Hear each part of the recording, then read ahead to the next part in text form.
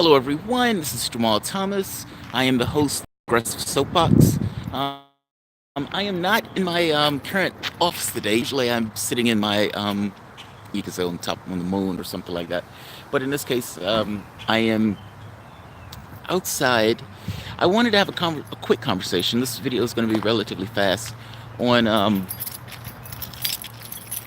something in regards to Trump. Information that came out yesterday that's extremely big deal that we need to be extremely cautious of due to its implications.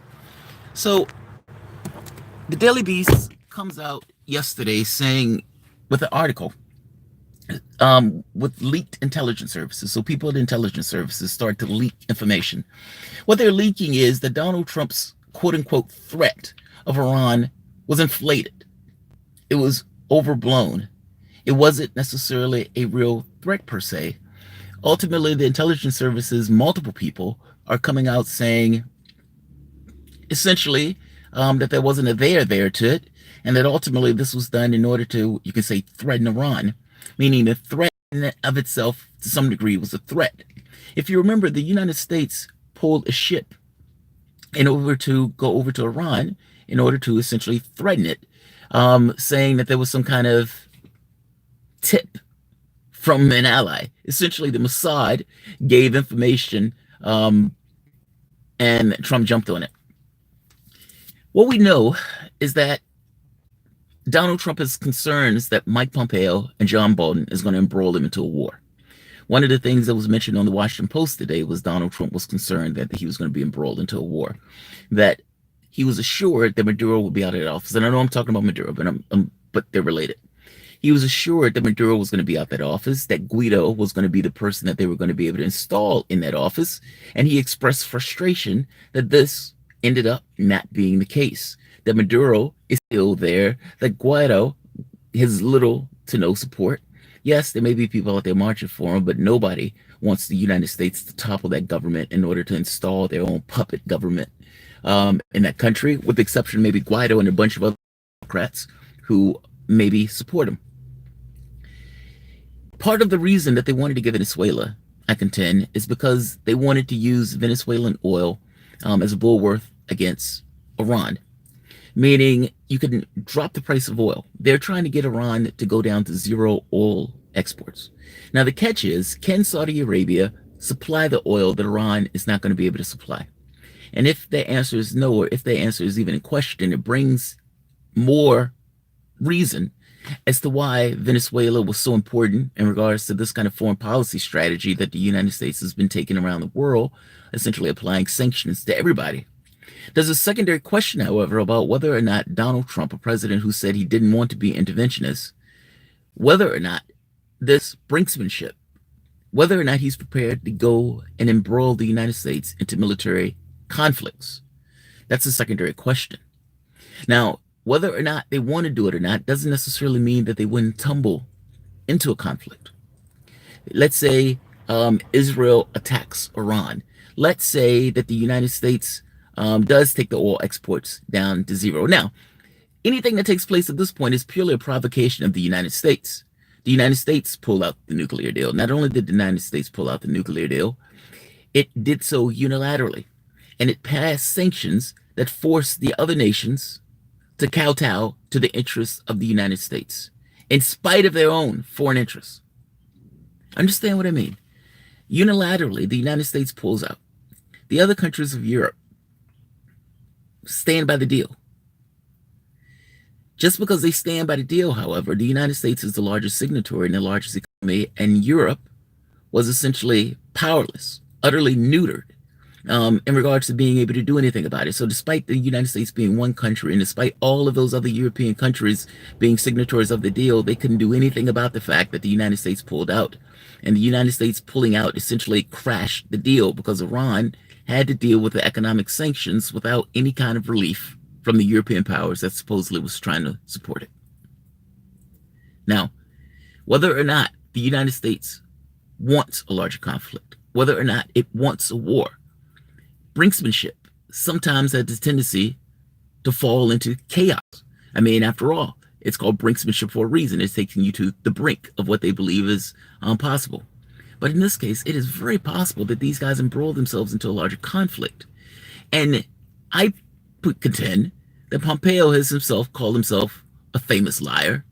Bolton is a maniac that in the same thing of screaming weapons of mass destruction is also now screaming troika of terror, including Cuba, Venezuela, and some other country that he's including in the hemisphere, that they also have this kind of terrorism thing now. At one point saying that Iran was in Venezuela. The threat here is not so much that Donald Trump wants to embroil the country into a war. The threat here is that he falls ass backwards into a war. And that's the problem. I contend that the Venezuelan government, and the reason that Venezuela is so important for U.S. interests, is because it wants to get its hand on that oil.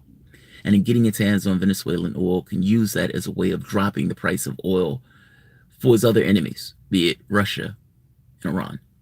Not to mention being able to supply oil that Iran has been market, meaning the United States needs to make up for the oil that Iran would no longer be supplying.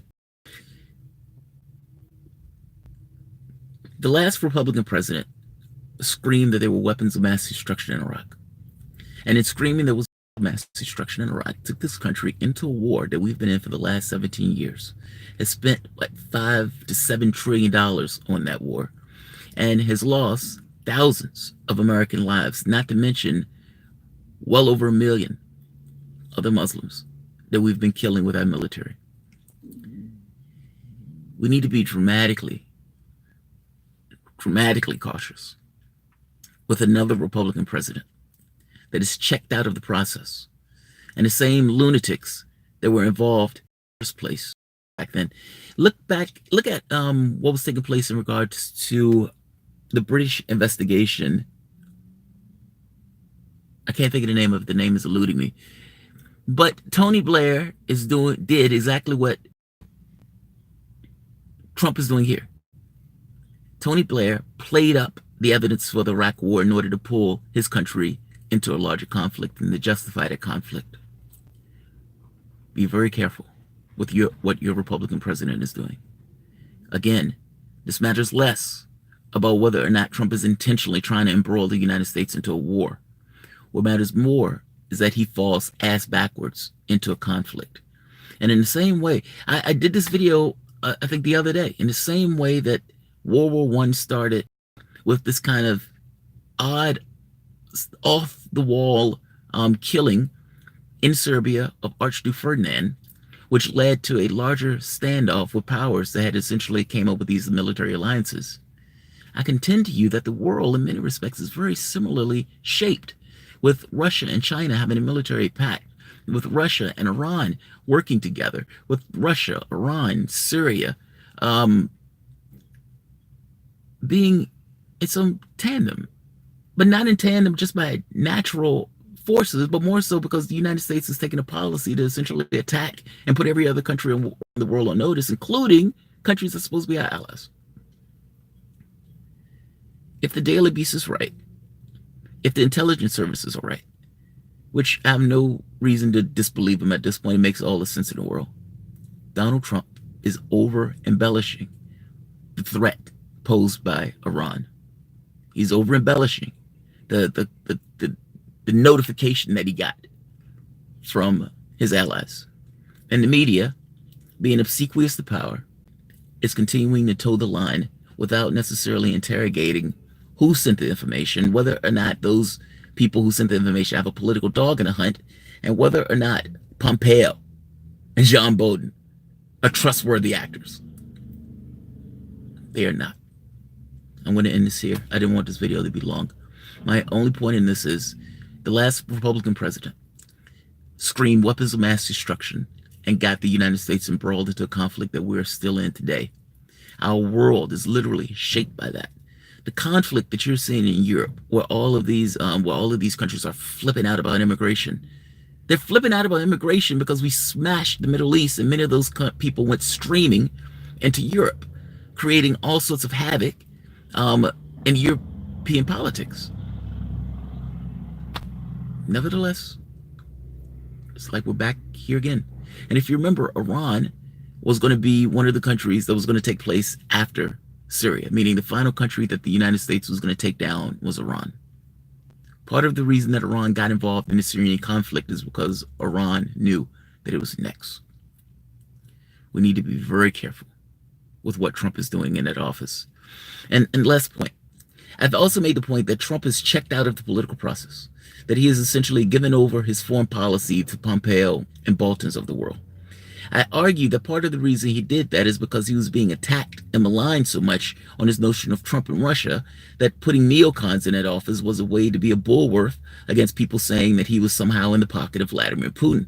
I mean, after all, how can you be in the pocket of Vladimir Putin when you have two absolute arch neocons who are completely against the interests of Russia and going so far with Bolton, who doesn't even believe in treaties or at the very least in weapons treaties?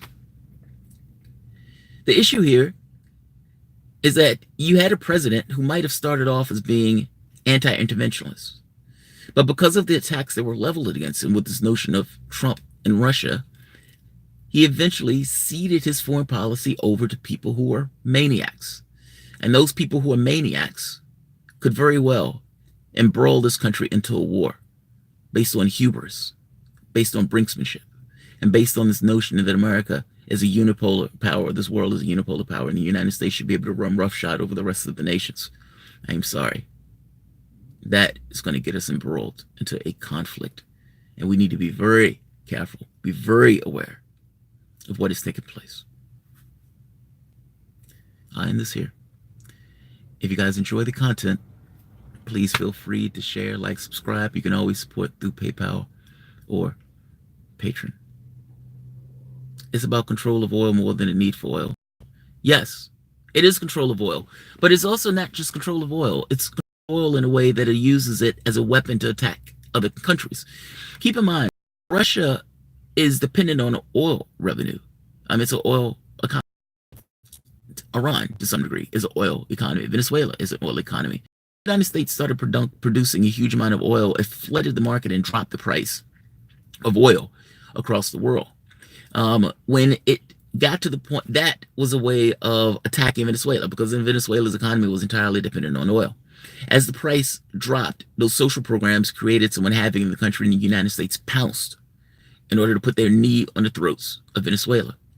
Now, when the United States financial crash in 2008, there was no superpower to put his knee on his throat, so the United States was able to get his financial affairs in order by whatever financial policy it needed to do.